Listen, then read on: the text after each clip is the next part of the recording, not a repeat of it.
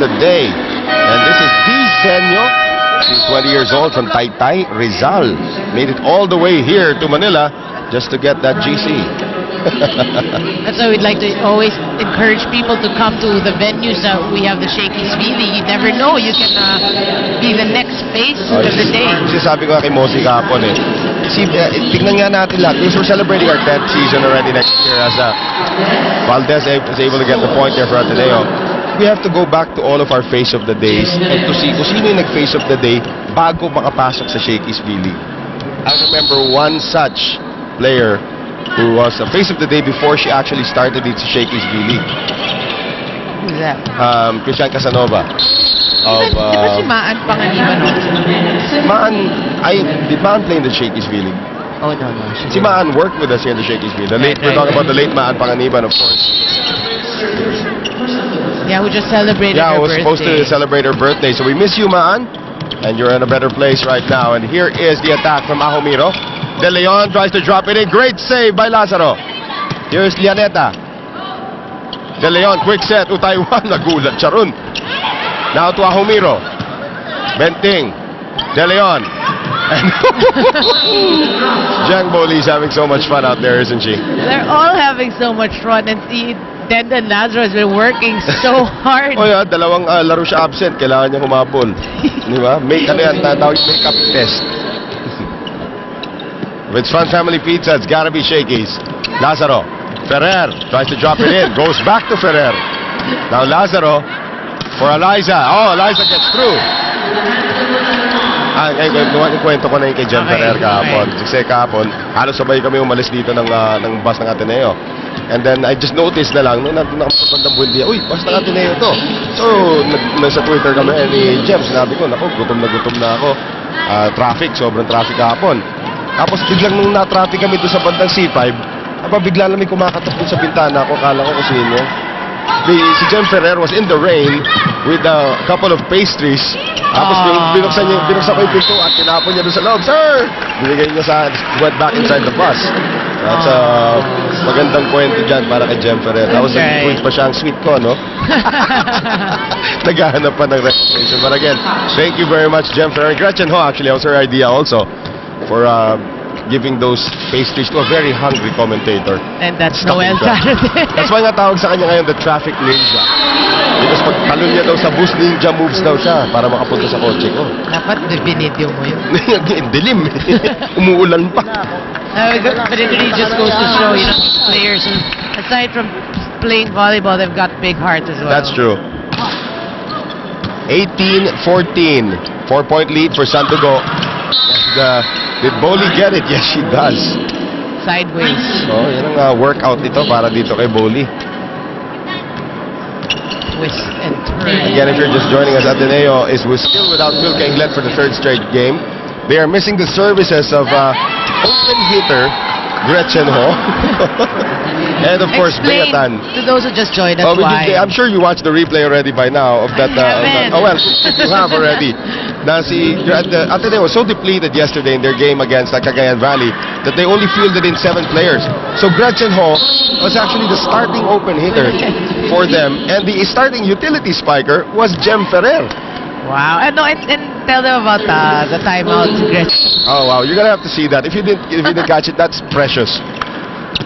The Gretchen Ho drink during the timeout. Here is Ruby De Leon. That gets to the ground first. Zaira Laneta not able to respond to it in time. Oh, so it's a point actually here for Ateneo. So we have a timeout here for Parley Tupas.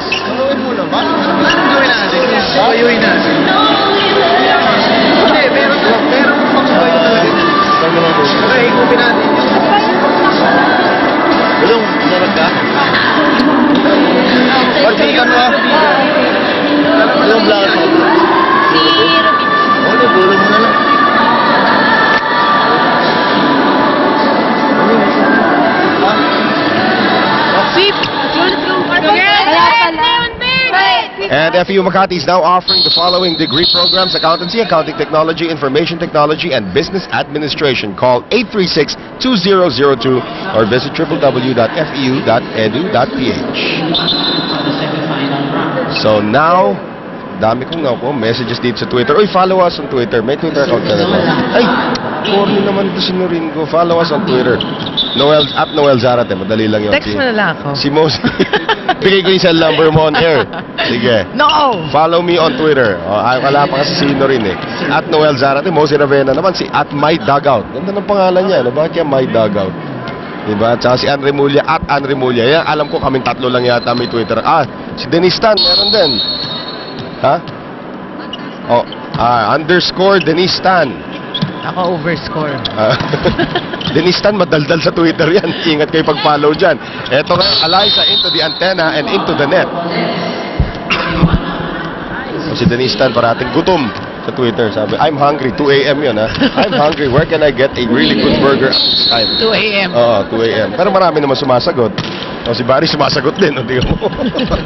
Si Barry hungry na rin. Si Barry birthday, di pa rin nagpapakain sa Shakey's. Nandito na naman tayo sa Harrison Plaza area as Angela Benting scores. So Barry Pascua will get us the new Mojos. Yung marami. Yung bucket. Yan. Mojos bucket from Shakey's. Oo. Bakit daw? Bucket. May kasama na rin bucket. Here's Valdez. Nice block by Sue Roses. Yaneta gets there. Here's Jem Ferrer with the free ball. De Leon running attack from Roses. Good coverage. And the traffic ninja sets it up. And Benting, Lazaro, Ferrer for Valdez, Ruby, Sue, Jang. Off the block, long rally. This is a long rally. Yep. Eliza! Oh! See?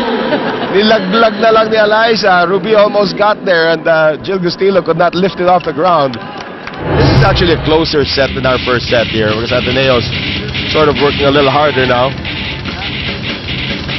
You can see Eliza just, sabi ni Ruby, tulong! Saklolo! Wait for the whistle, says the referee. And Dahomiro will do the serving. I just found out today actually that she's actually from New Zealand. She's not Filipina at all. Yeah. Coach Mac was telling me. Yeah. Here's De Leon across for Benito. Oh, good Lazaro save. again. Wow. Eliza, yes! Boy, did they miss her in yesterday's game at least. Well, Eliza's their #1 offensive option. Isipin mo sila dalawa ni Kainet na Oo. kabilang dulo. Parehong wala.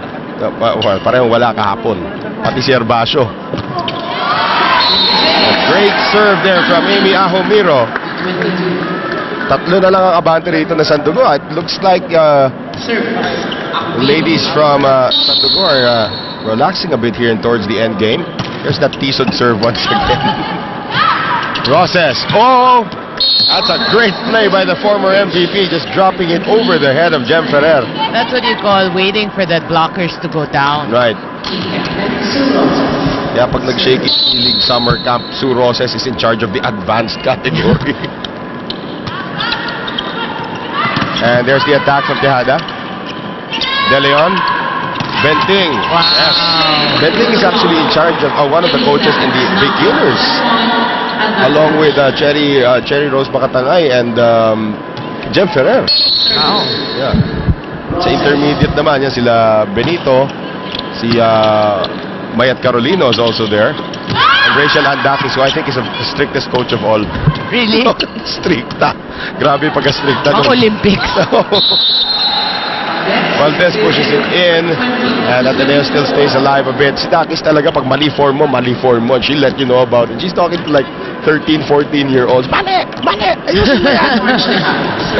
Well, different Yeah, strokes for different but that's really strokes. cool. She's so serious. Si Dakis is Rachel Andakis so serious during the Shakey's V-League summer camp. But you learn so much from her. Taiwan will get that as it was touched off of Nakachi. So 25-20, a much closer second set here. Sandogo taking it. Let's take a look at our Shakey shake in play. This was off the block. And we go 3-5-4. Saan na yun? Ay, hindi naman siya yun eh. Oo nga. Si Benting yun eh. We'll be back for the third set.